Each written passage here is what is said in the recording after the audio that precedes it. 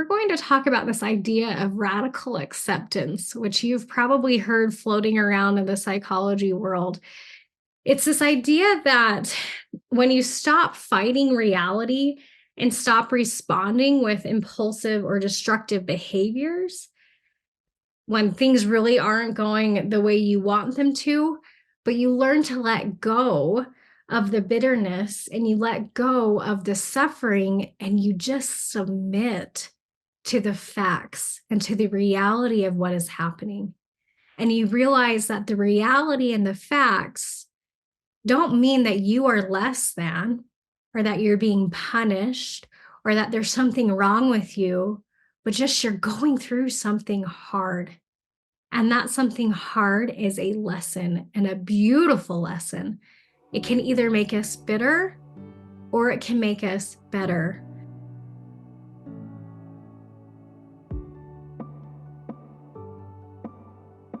Hi, everybody. Welcome back to the Come Off Conqueror Show. I'm your host, Bonnie, and with me today is my good friend, Tamara Anderson. Welcome to the show. Thank you. I'm so excited to be here and share a little bit of my story. Hopefully it will help people. Oh, I think it definitely will. You guys, Tamara is one of the most amazing women I have ever met. She is not only so grounded in her faith and in her identity, but in her roles of motherhood and caregiver, and just all that she does for the world is just so inspiring. I'm so excited for you to get to know her. Let me tell you a little bit about her background. So she is a author, and she's got 4 books, you guys. Her first one really made a huge impact on my life personally. It was called Normal for Me. And it's about how she realized one day that, well, I'll let her get into the story, but it's about when she received the diagnosis of her oldest son being autistic and what that made, what kind of an impact that made in her life. And for me, at the time of my life, she had just published that book, and I was just going through our own diagnosis process with our oldest daughter as well. And I really needed to hear her inspiration and her story. And I have since then given that book to, I don't even know, over a dozen people and recommended it so many different times because it's really super impactful. But since writing that book, she's also written 3 other books: A Mother's Might, A Broken Down Holiday, and Guided by Grace. She also has 2 different podcasts that she works on. She has her own podcast, Stories of Hope in Hard Times, which is beautiful. They're so inspiring. If you're going through a hard situation, I highly recommend that podcast. And then she's also a co-host of another podcast called American Mother's Mom to Mom podcast, which is pretty cool. And oh, I almost missed this part. How did I miss this? The Stories of Hope in Hard Times is ranked in the top 5%. Oh my gosh, Tamara, that's amazing. Thank Well you. done. So, alongside her husband, Justin, Tamara is a devoted mother to her 4 children who face the challenges of autism, ADHD, and other mental health issues. And she considers her family her greatest source of joy. And I love that part of her bio because it is not easy dealing with kids with special needs. And any of you out there who have special needs family members, you will understand what I'm talking about. We love them fiercely and we are so devoted, and we just couldn't imagine life without them. But it is hard. It is not easy. And that brings me to our topic for the day. We're going to talk about this idea of radical acceptance, which you've probably heard floating around in the psychology world. It's this idea that when you stop fighting reality and stop responding with impulsive or destructive behaviors, when things really aren't going the way you want them to, but you learn to let go of the bitterness and you let go of the suffering and you just submit to the facts and to the reality of what is happening. And you realize that the reality and the facts don't mean that you are less than, or that you're being punished, or that there's something wrong with you, but just you're going through something hard. And that something hard is a lesson, and a beautiful lesson. It can either make us bitter or it can make us better, as one of our church leaders recently said. And Tamara's story is a perfect example of radical acceptance and this idea of submitting to God's will and submitting to life and reality. So, Tamara, why don't you take us back in time to that fateful day when you received that diagnosis of your son having autism? Oh gosh. Well, that was just a really it was probably one of the hardest days of my life. And I remember getting the diagnosis. We lived in Arkansas at the time, and we drove down to the Dentist Development Center in Little Rock, Arkansas. And he was evaluated by an entire team of specialists, and they came back with the diagnosis of autism. And it was like my world shattered. I think I wept most of the 3.5 hour drive home. I don't think my husband's ever seen me cry like that. Um, he actually had to pull off the side of the road at one point because I was just unconsolable. I felt like all of my dreams, not only for myself, but for my sweet Nathan, had just shattered on the ground. And I couldn't understand how a person of faith who had as much faith as I did, surely I had the faith to have him be healed. Right. Um, I couldn't understand why that wasn't an option in my life and why that wasn't a possibility. And it was so, so very difficult for me to even, I couldn't process it. It was just completely overwhelming. I didn't know what to think. I didn't know how to behave. And so honestly, I entered the first stage of grief at that point, denial. Actually, I think I'd been in denial for several years because he was 4 at this point and still wasn't communicating with us verbally, but so, so super hard. I just felt like I completely lost hope that day. I couldn't see the future, and I didn't know enough about autism to me, it just was a repetition of what I was going through right then, that things would never get better. And I could not live life that way. It was just devastating for me to take where I was right now and project that into the future. I just thought, I'm going to die. I can't do it. It's too hard.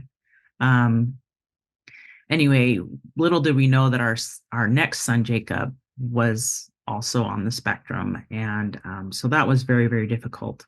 I'm going to take you quickly to a day a couple of years later. We'd had a baby daughter, and she was about 6 months old. So we had 4 children, ages 7 and under, and they were very, very challenging. And I was coming out of a long, cold winter, and it was kind of like the first sunny day of spring. My day-to-day life was complete survival mode, going from putting one fire out to putting the next fire out. And I was exhausted mentally. I was worn out physically. I didn't get enough sleep because kids with autism don't sleep well. And so, we'd often finally get a child to bed. Nathan would finally fall asleep around midnight when we'd started getting him to bed at 8. And then one of my other kids, or he would even wake up at 2:33 in the morning. And it was very, very daunting, just surviving each and every day. So back to this spring day, I looked out my front window, and I could see my neighbors finally kind of coming out of the hibernation of winter. And I saw them walking down the street, and I'm like, oh, that is what I need. I need some sunshine.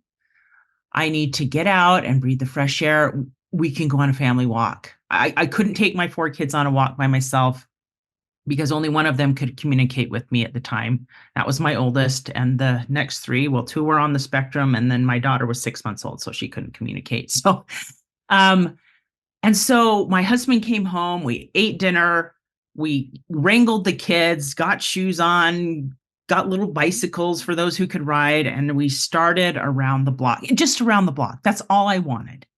And I'm not kidding you. We got maybe a house, maybe 2 houses down our street. And our son, Nathan, who was 6 at the time, threw this huge tantrum, the drop your arms, screaming at the top of his lungs. This is typical for Nathan. Anytime there's a transition or something that is not expected, it was not something we did because we'd been cold up in the cold winter in our house all winter long. So we hadn't gone on a walk in a long time, and he refused. I mean, we tried to get him. It's just around the block, but what we were saying wasn't penetrating into understanding for him. And so we tried to convince him. Finally, my husband's like, that's it. Threw him over his shoulder, took him back home, and I dutifully finished the walk with the other 3 kids. But it was kind of like the straw that broke the camel's back at that point. I was devastated. I'm like, we can't even take a walk around the block like a normal family. How come everybody else on my street can take walks and I can't? I can't do it.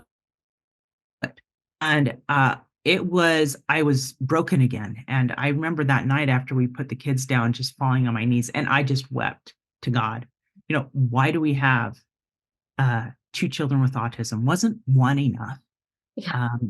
Why can't we go on walks like a normal family? Why can't we be a normal family? And somewhere amidst all my sobs, I heard a whisper in my mind and heart, and it just simply said, Tamara, this is normal for you. And it was like a light bulb kind of went off in my head.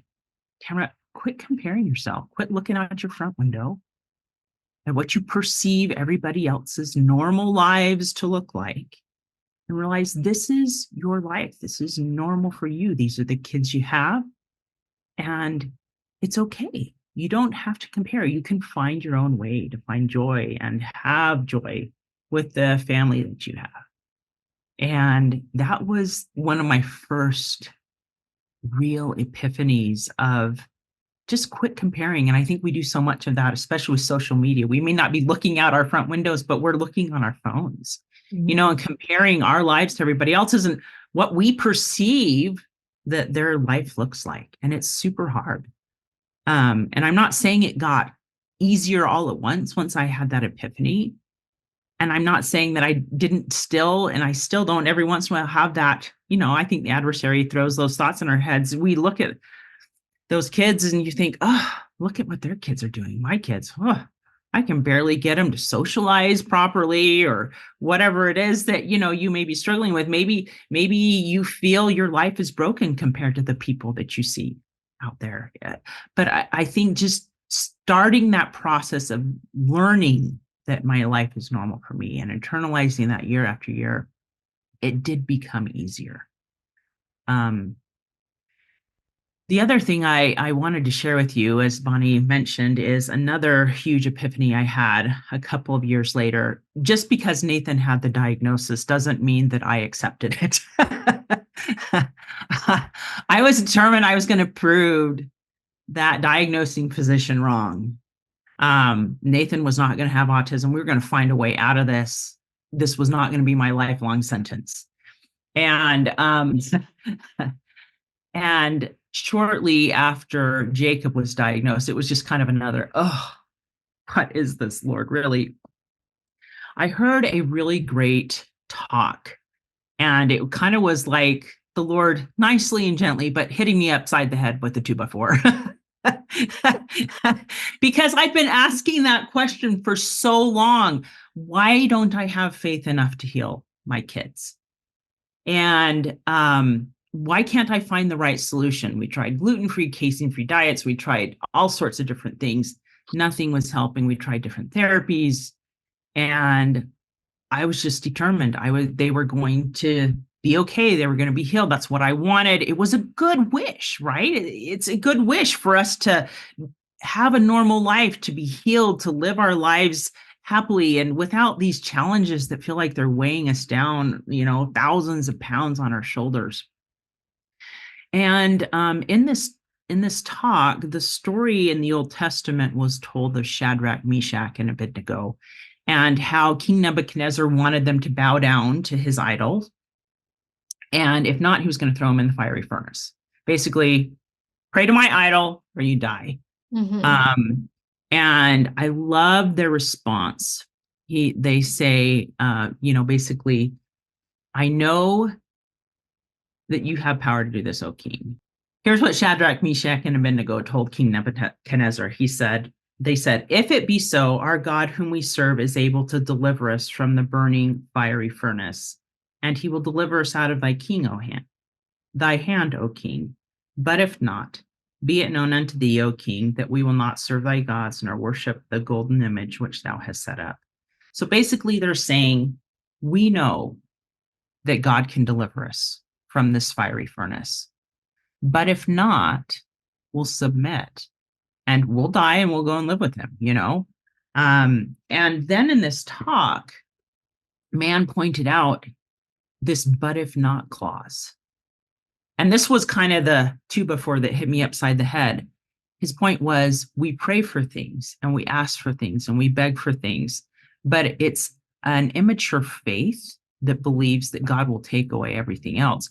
Faith really means trusting God in the but if not circumstances. I know you can. Can God heal my kids? Absolutely. But if he doesn't, this is where true faith comes into play. Will I still believe? So this reminds me of that Chosen episode. And of course, I'm going to quote Chosen instead of the actual scripture That's because okay. I'm not a scriptorian like Tamara. But if you remember, I don't know if you guys have seen, I want to say it's season 3, like episode 2, and it's the episode where it's called 2 by 2, and they go out and he gives them the assignment to go and preach 2 by 2. And he tells them, you're going to do miracles, you're going to heal people, you're going to cast out demons. He's telling them all these things, and everyone's like, we're going to do what now? What? We can't do that. Huh? And it keeps flashing back to the character Little James, the one who's crippled. And you see his look on his face, and he just becomes like, you've got to be kidding me. How in the world am I, who hasn't been healed, going to heal other people? My favorite scene in almost all of Chosen, I have several, but this is one of my favorite scenes, is the part where he comes up to Jesus and he's like, um, how do you expect me to heal others? And Jesus asks him, do you want to be healed? And he says, yeah, I do want to be healed. And he said, listen carefully. And he basically tells him the reason you're not being healed is because I have tons of other stories of miraculous healing. I need a story of someone who still believes in me and still has faith, even though they're not healed. It's that idea of faith to not be healed, right? There's a talk in our church, and it's about this idea of, do we have faith still, even when our afflictions aren't taken from us? Mm-hmm. And I've been kind of weeping over here. You guys probably haven't been able to see because she's been talking, but recently I've been thinking a lot about my oldest daughter she's technically not autistic, or at least she hasn't received that diagnosis, but she's basically autistic. She has so many of the same um challenges as autistic kids with the sensory stuff and tics and all these different things. I won't go into it, but we have been throwing everything we can think of at the problem. And I literally prayed the other day that question that you just said. Don't I have the faith to heal my daughter? And the spirit said to me, what if these challenges are gifts, Bonnie? What if her sensory processing disorder is what actually makes her able to hear spirits and to hear me closer and to discern if something is good or evil? What if her anxiety is actually alarm bells? And he started showing me different ways that her challenges could be blessings in her life. And I felt like that was my huge 2 by 4 hitting me over the head. And the Lord saying, What's the other perspective? What's the other way we could view this challenge? And I thought, okay, I get that. I can learn from this, and challenges can be blessings. That's what I teach on our in our group. So I'm thick-headed and not applying this to this scenario. And then I started asking the question, she's miserable. She's not happy. She's has meltdowns all the time. She's sad. She wishes she has more friends, right? Like I see how it impacts herself not positively, but negatively in a lot of ways. So how do we fix that? So my question to you, Tamara, is how did you get to a point where you could see the challenges as blessings and help them impact your kids in such a way that they would be happy? And I realize that not everyone's going to be happy all the time, right? Like that's not life. We have opposition in all things, and we're going to experience sorrow and all of that. So I don't mean like take away all of the pain, but what did you do, or what is your advice to me and to anyone else who's also feeling that same struggle of, but this is hard, and this is not Um, easy, and this is making me sad, and I have pain. yeah. That is the question, right? How does that journey towards true faith begin? What does it look like? Um, because we talk about submitting to God, and saying the words is so much easier than doing it in real life. I think the first key is recognizing that we have a journey that we need to take. Sounds like God has inspired you that this is one of the journeys you need to take right now. I was hit over the head during that talk all those years ago. Tamara, you need to learn to have true faith. You need to accept that but if not clause, that yes, I have power to heal them, but if I don't, take the steps you need to be okay with them living like this and with your life looking like this. Um, and so I think recognizing that we need to learn to change our faith and allow God in to begin the healing process. That's really what it is changing from what Tamara wants Mm. and what she sees that future looking like to submitting and saying, like the Savior did, not my will, but thine be done.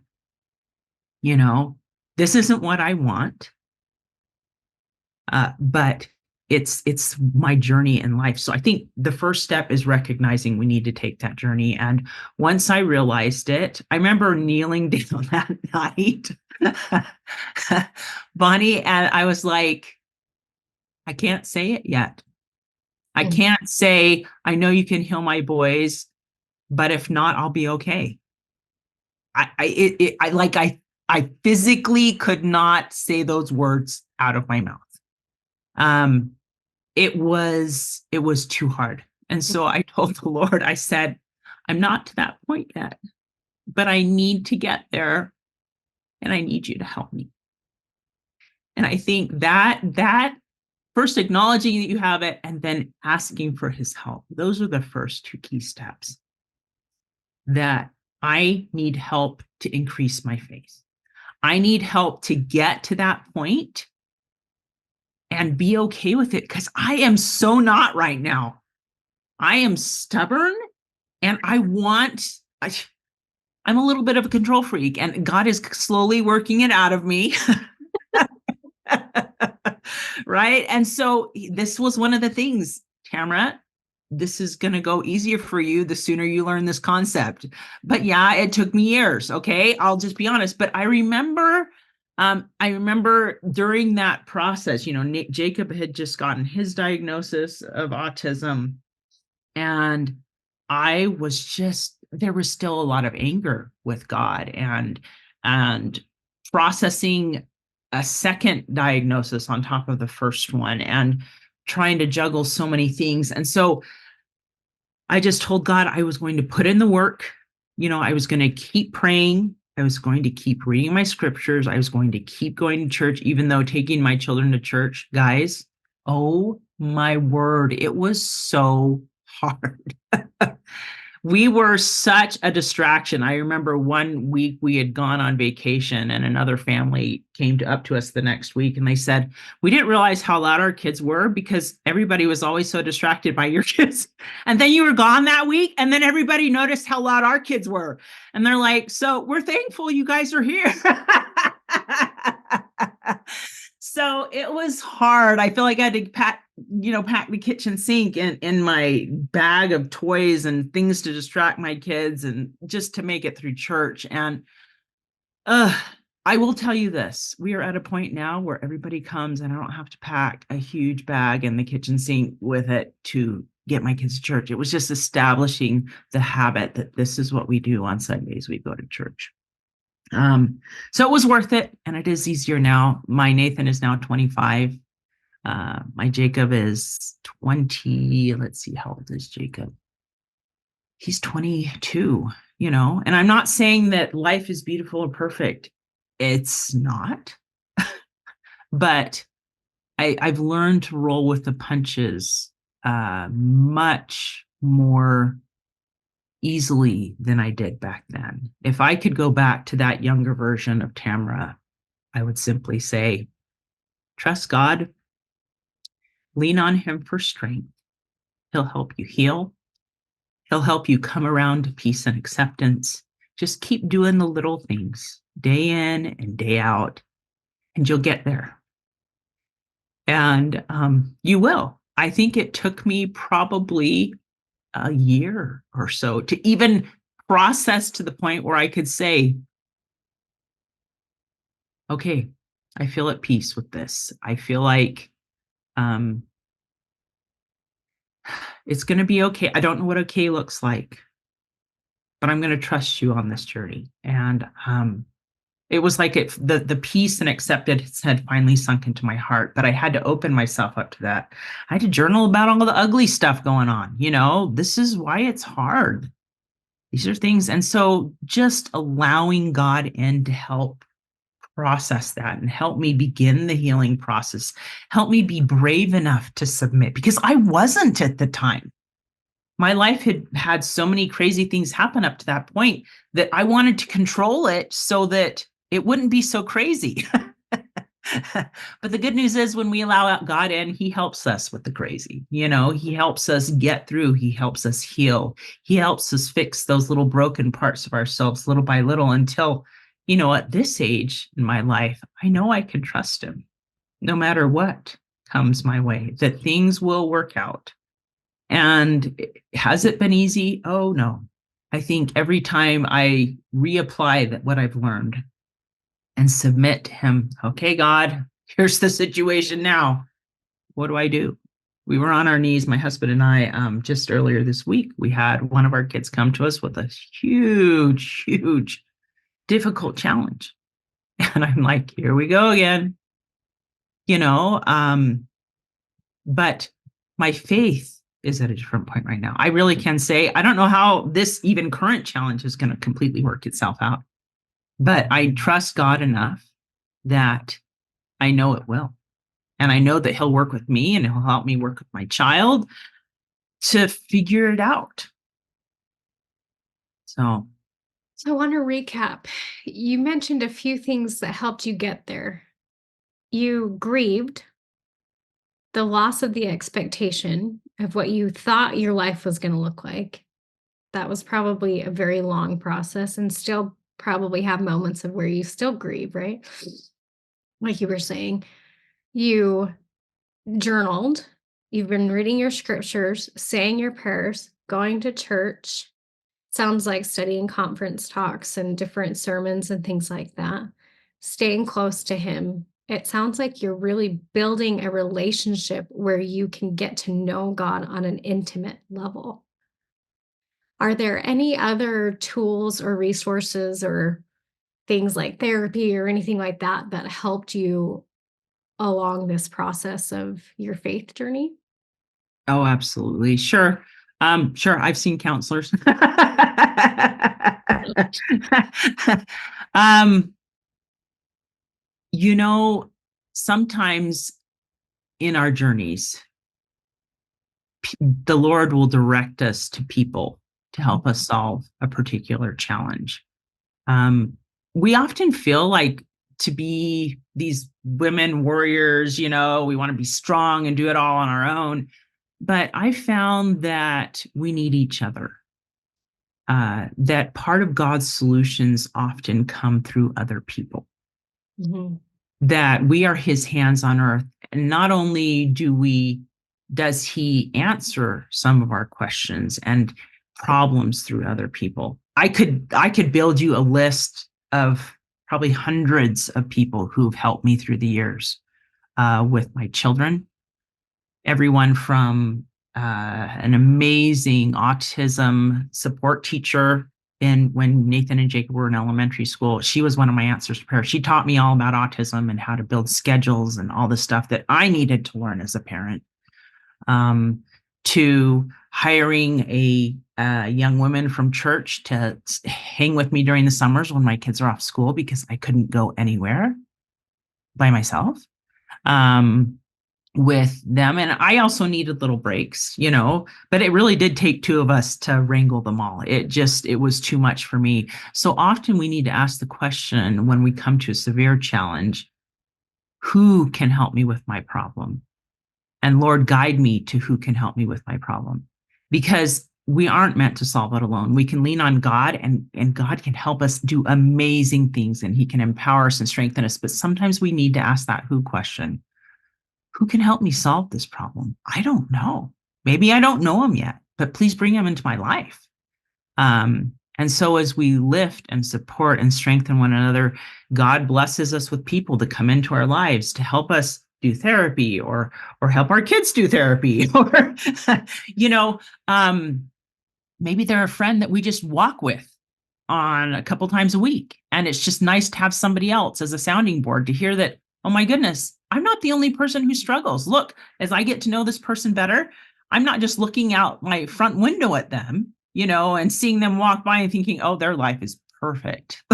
The more we get to know people, the more we realize their life is not perfect. And they often have little bits of wisdom they can share with us. So look for people to help you. Look for the angels God sends to help you. And don't be too proud that you have to do it all on your own. That's part of the submission process, is submitting to God, but then being humble enough to receive the help that he sends. 100%. That reminds me of that story that everyone's probably heard a million times about the guy who's stuck in a flood in his house.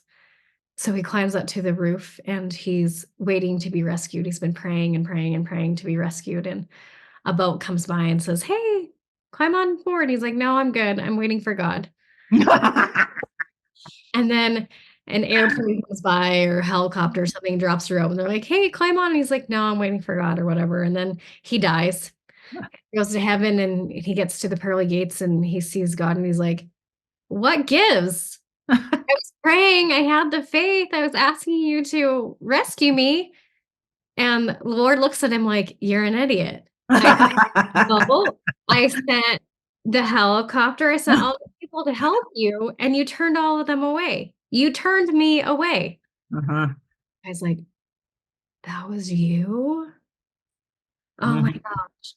And I think so you bring up this point of being able to recognize God's hands and the way he works in our lives.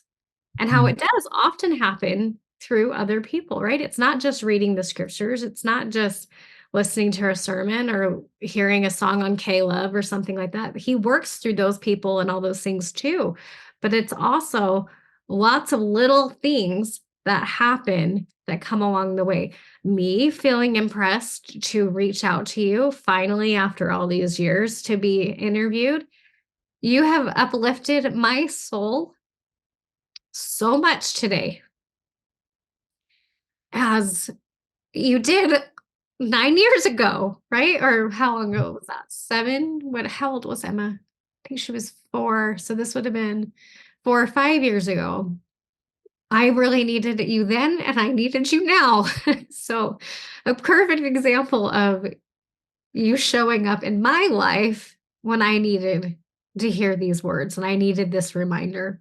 Mhm. And I think that that's a big part of why we do this show, right? And why we do your podcast and why you've written these books is it's not because we don't know already. It's not like we haven't been taught these things, but we need the reminders. We need the little God winks in our lives. We need his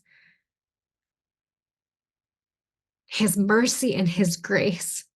And oftentimes that comes from someone else listening to his promptings and them doing what he's asking. Mhm.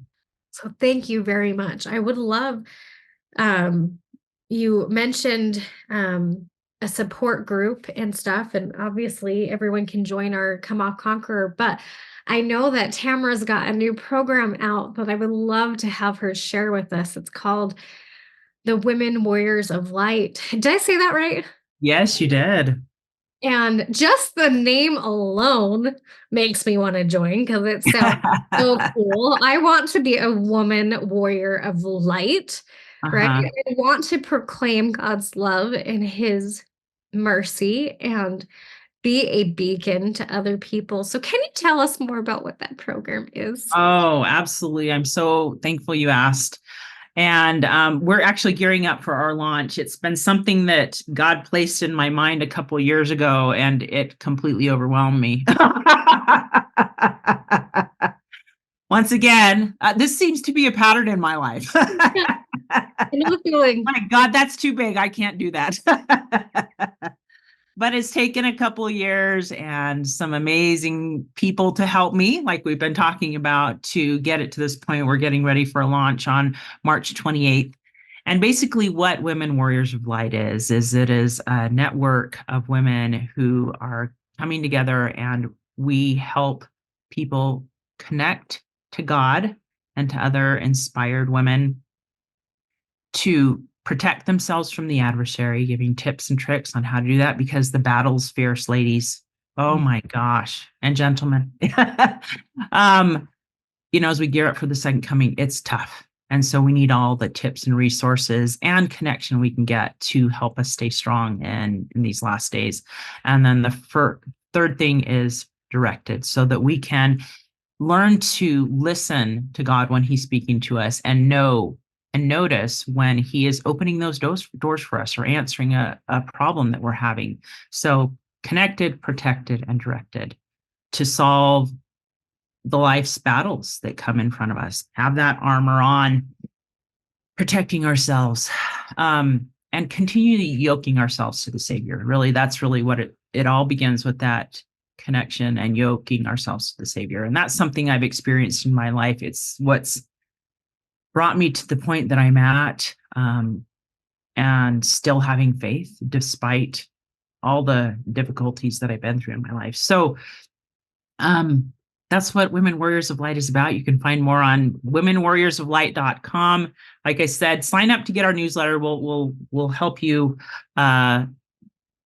You can be part of the virtual launch on March 28th. We're so excited. So we're gearing up for that.